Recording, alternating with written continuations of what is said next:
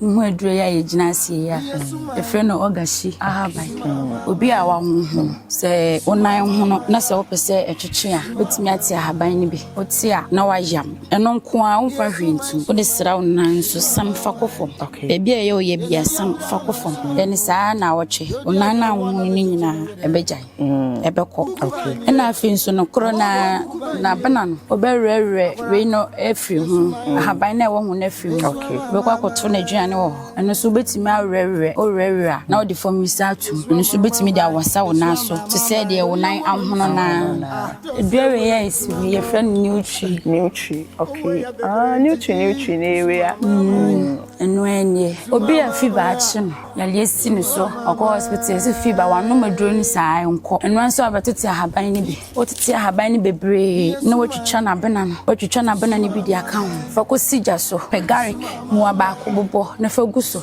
Pe prekese unya prekese bi afo a 5 na wotwitwam na wabobo so na odi sija so. Odi sija so amani hu mben ebin wi a osoro no pa na wo kodware no. Osa egu rubber bucket ma fa bo to jam anem ben hu wi a yibo no to aduro na behwe egu rubber nim. Fa ntoma kuri wo puna for 30 minutes ma hu se aduro na abo ewura video tuwa wo puna aduro no wi abehu se we de ma sha se de etin fifiri we friend enwo ne nchine ai matsa na de mahu bi finally e friend enwo ne nchine obi a efie ejina ne bo ase like ne ho chile no efie ejina ne bo na opese like utimi fe e ma hu se why fili a otiti ni nkomu no etimi typhoid do drankasa nti otiti ni nkomu na otiti ni nkomu ni bebre wa sori anopa na wundi diye no titi ni nkomu ni nko a na brand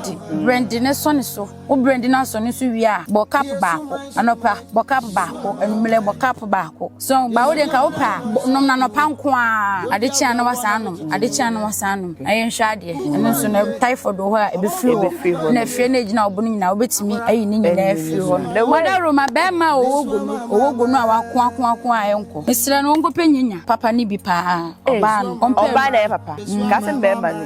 de hwam no wugina ho se we ne fe ni nya ehwam onko penu bi onposa onyama ma aduro ni nya da embrem onko pensanfuo onfa aduro ni ngu nsanfuo ni hyensuo ono na nopa enumele anopa onfa nya ni suo no ono ne hwade gono ni nyina be firi ho se me na wache gono ide na be manpower ho na sa obekere Sumai mama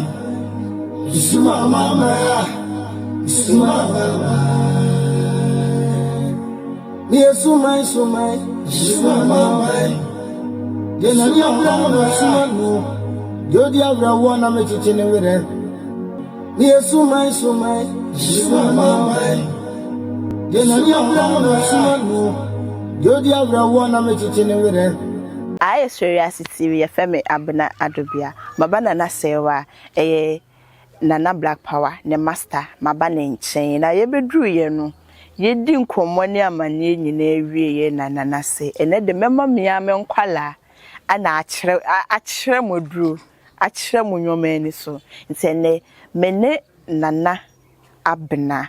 ene be di nkomo mia me padi mia me name ana mene ne be di nkomo oba be che ye nuru hahama enu numra yenko na yenko mana na akwa Abena yenkyere mu nuru ene ye be kyere mu nuru bebre timuni yechi mene nana Abena ene be di nkom nana akwa aba ye bibi aboko de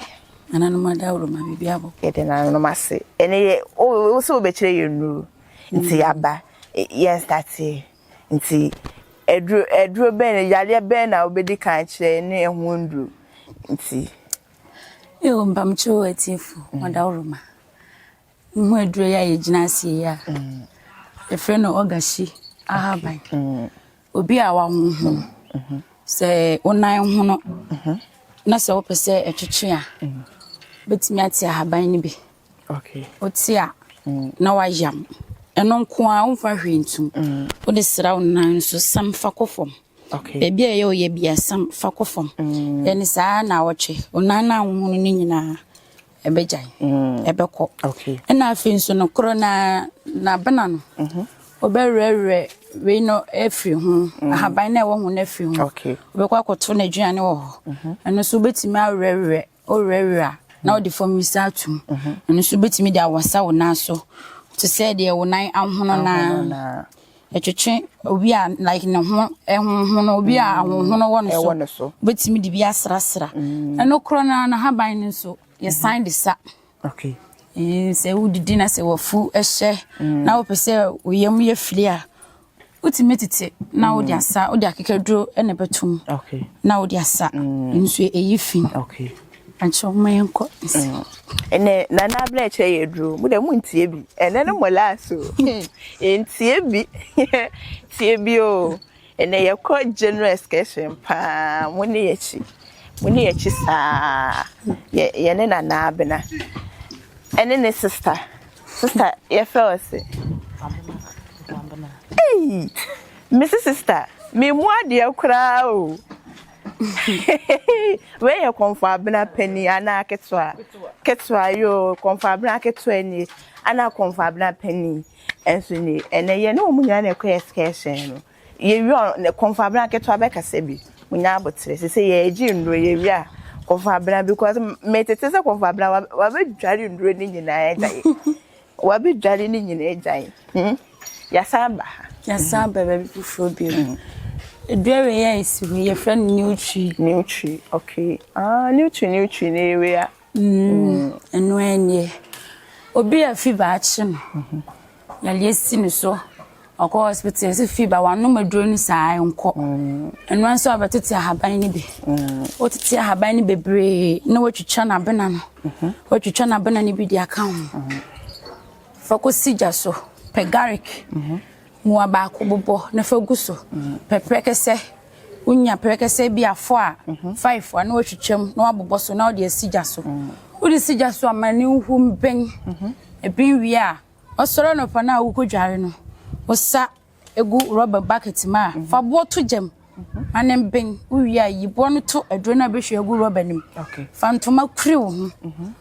puna for 30 minutes ma hu se adro na abo ewura tiwa wo puna adro no wi abehu se wi ma sha se ye dey etin fifiri eno nsusu na adro no okay na no obi atime no obi wo se me da pressure so obi se obi atime no ena wo pese wo san no anoma eno so sa obetimi atete ahaban no na wo de asija so wo tete ahaban na obepe bofre ahaban wepe amango ahaban amango abra betimi atwitwa na wo de asija so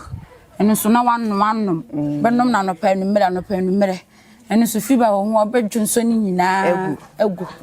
na wa ifili Why free ampa? To me, how bent to me, Pam. When I want to know more, it is about breaking for be see, made and ye be made and ye be. Or that tobu, Upabian, and not the baby man, a cardia. The baby and a car. Yet, in another baby man, no. And ye children drew in Drancassa. And ye children drew, money, When draw back be. Biaka and run and one say bebru. It's a duoche will be a matchlem. Duoche free, no. You know what they are two with him. It's really free. Now they are two. Aye. This own to me, I know if I can, I am. And one, I actually, and one.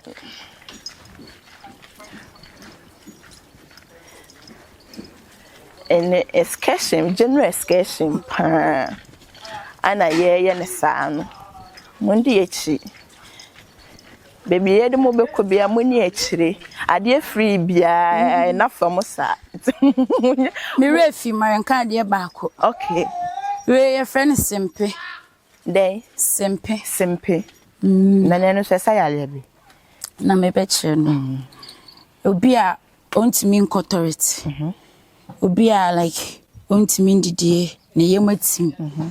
otete simpini bia udi sija so na wannoa na wannom we otete bebre broso a be ma wanrani bebre te kakre bi na udi sija so na wonnom asoro no pa na opese orwane no udi sija so a na wannoa na wannom we nom wi abetena se kakra e kanwa na ukọ e kanwa na ukọ Tishwana sa wo yemra no pedwane bi asinchen. Na se wo wie ya na wudi. Na nka se me ko no bebre na eyi fam. Wo fie water let na ebesi yo. Ebesi pa. Semre o se aduro ni ye kwa ni kakran kakama te se Komfo blanket for ba wa bedwale nro ni nyina anana na meboa bedwale ni na meboa a se bedwale ni nyina a se bedwale ni nyina oh class still na ye benya bi wo dwale ni nyina still kwa ye still na ye benya bi Komfo blanket so do pa kira ne se na nya ye kire na ye first kameto eno ana opa akire so ye den kura na ye benya ni free ye kire ni free mo ye den odo a wo kire na wontimi nye nti oba na ya kire no na ma kire no na bibia ye boko aye kama ene fu excursion na me ko ne sa no hwe enwure mu amene nam me kire nuro they say dem ye junsini o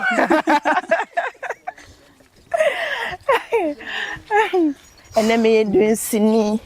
me kire nduro hey bro be me wo bi acho bacho yo ko ni se na me kire nduro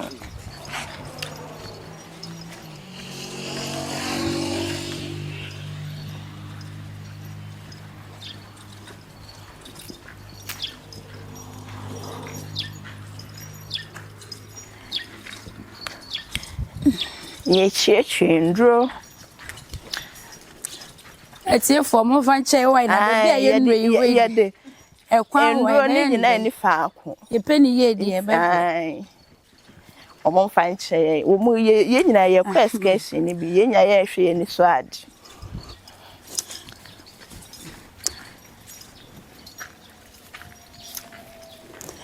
de mabam dwem say yes ye free bia anyafo madofo no atiefo we ye fe ne won nchene matsa na de mahu bi finally e fe ne won nchene obi a efie ejina ne bo ase like ne ho chile no okay efie ejina ne bo na o pese like utimi fe e ma hu se wa ye filia otiti ni nkomu no timi typhoid do ankasa nti wotiti ni nkomu na wotiti ni nkomu ni bebre wasori anopa na wo ndidi ye no titi ni nkomu ni nkoa na brand ne so ne so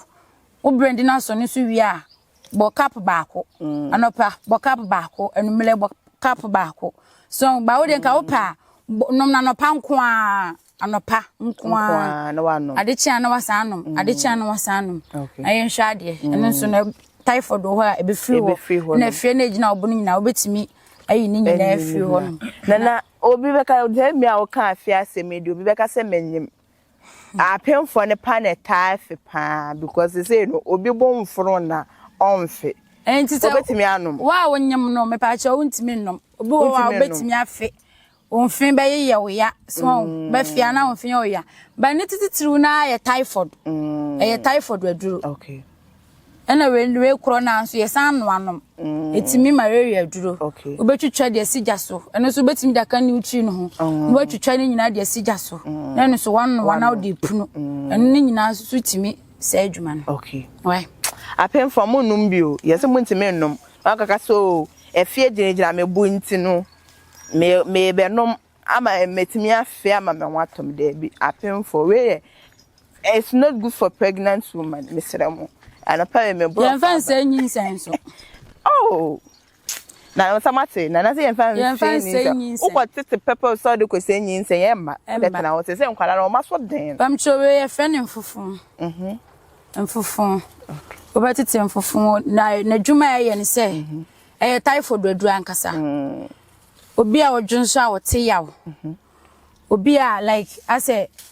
ontimi ndidi wako doctor say typhoid won so ontiti we bi na won penunum de be a won madawro ma e wa chiri pa ontiti we no won penunum nka ho okay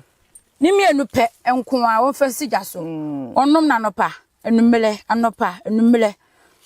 Onom sa for time on wape. Na onko hospital nko chenkwe so be hu typhoid ni bi ma. Okay. Nti na so no obi o typhoid o start so onoma onfa hospital de nto nchen. Onfa nto nchen. Na onum we no. Onum we na wa hwese be boa na. Be boa na se mboa na. Okay. Eno kro na se timi obi a wo gono.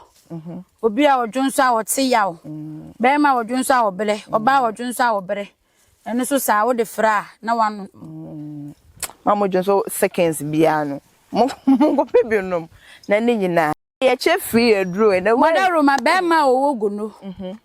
Owogu no a wako a enko. Mesira no ngo pe nyinya papa ni bi pa oba no. Oba na ye papa. Ka se be ma no. Dabi. De ehwam no ugina ho ahu se we na fe nyinya ehwam. Onko pe no bi. Onposa onyama ma aduro no nyedai embrem no ngo pensa afuo onfa aduro no ngu nsa afuo no nhyensuo ono na nopa enumela anopa onfa nya ni suo no onom ne hwade gono no nyina be firi o se me na wache gono ede na be manpower ho na sa obekere na sa oba brefi obekere obefi a ebekere na sa obefi obekere mu emema ne mate mo kasa no mate ase mate ni bo tine maka na sa mo mela wo betere enumra nunsini ana ye kan say enumra nkohini ye wo mema aduro wo ho krama akote ne ya de oba ni nyina ye be ya ama na sa oba be ya ama e be ye ne kama de kama ama ona bibia aye kama e di ama mo ene excursion de ye kwa kasa ye jawda ye be ye kwa excursion ye na munyina ne ye jenchia ne ye koyenim sabe pepe koko ide me kwa ma bejibi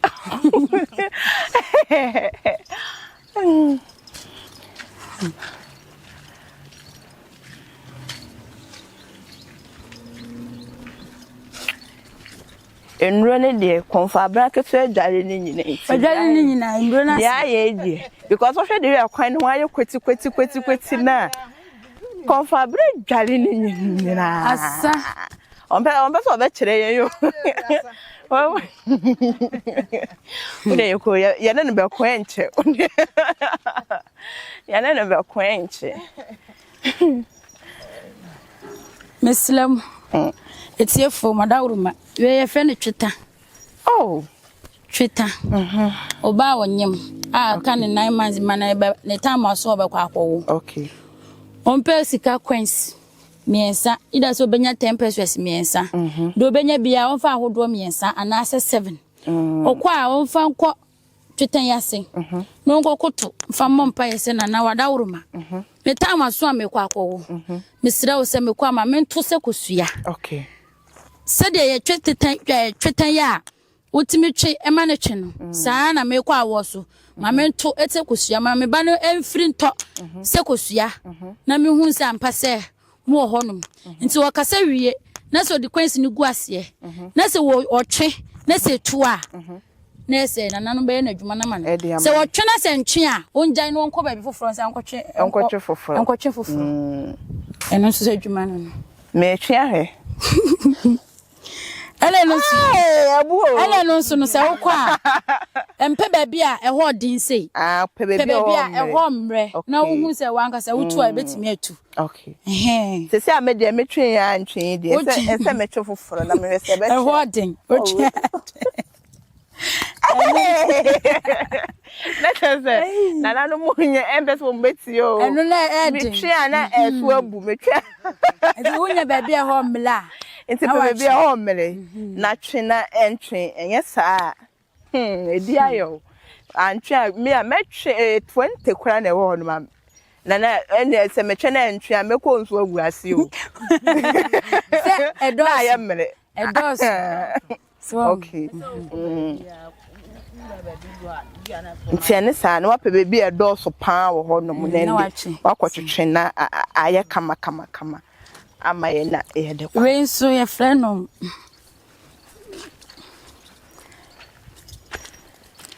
adwe ye frene tete Tete. Obi a na so ye ne ya. Na so eye ne ya pa ye. Oje no ho ba bia nje wato aduru aguman nko. Tete ni bi. Pusa. Upusa fashe wasum anase ubechim munso na gu wasum. Jan.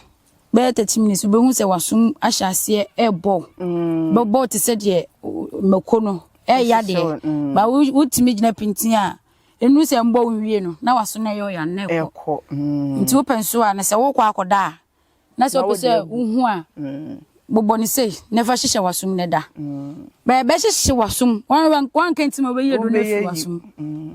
nti no wutimi gina pintin a oya waso na aye ni nyina ebekọ ya so yale aduru right okay abusia se emere de na se nkan Komfo Abena Ejali ni nyina nemo no dia ai Komfo Abena de na yesa ade obeya ni akun ade Komfo Abena de o wa haye dodo Komfo Abena haye dodo ade anga se menke ye be che be enduro nke be chile nzu no ni nyina se mo bo enduro wa haye be se me oskana me bade ambo ye bia o wo skan kwa hye buom kra be kwa problem ma honi pa se ma hu hye buom kwa problem Abusua bia na ya mo ya yeso ne nche se nananom wo mu ni hu adu ye wo no bebre wo mu bebre e wo honum ti se o pedru na wo yare bi wo so na o hwe na eche wa adwa fa numbers na industry no so fe nana o fa nana na be fa nana Serwaa ono na be fa o fa one ni ndi nkomo sada o yare ni tibia o de chirechire mu e chere nana ono so ebenya abotre na wa kasa na sada o ha ni tibia nananom ewo hodom so ombejo so abo ama yale no efio so akọ mene Komfo anyway de Abena square ene yesie ai Komfo Abena penny ene Komfo Abena ketwa ana me Abena ye ne yesia nti Abena square we 3 set program ye ne yesia ahanum se ye di dwumadi nyina e de number so ne da so as usual bit ma fe ne nkomo bia wo bia one nananom edi aye SuroWiase TV me fe me Abena adobia sedem di kankan makram Yes, my mama, yes, my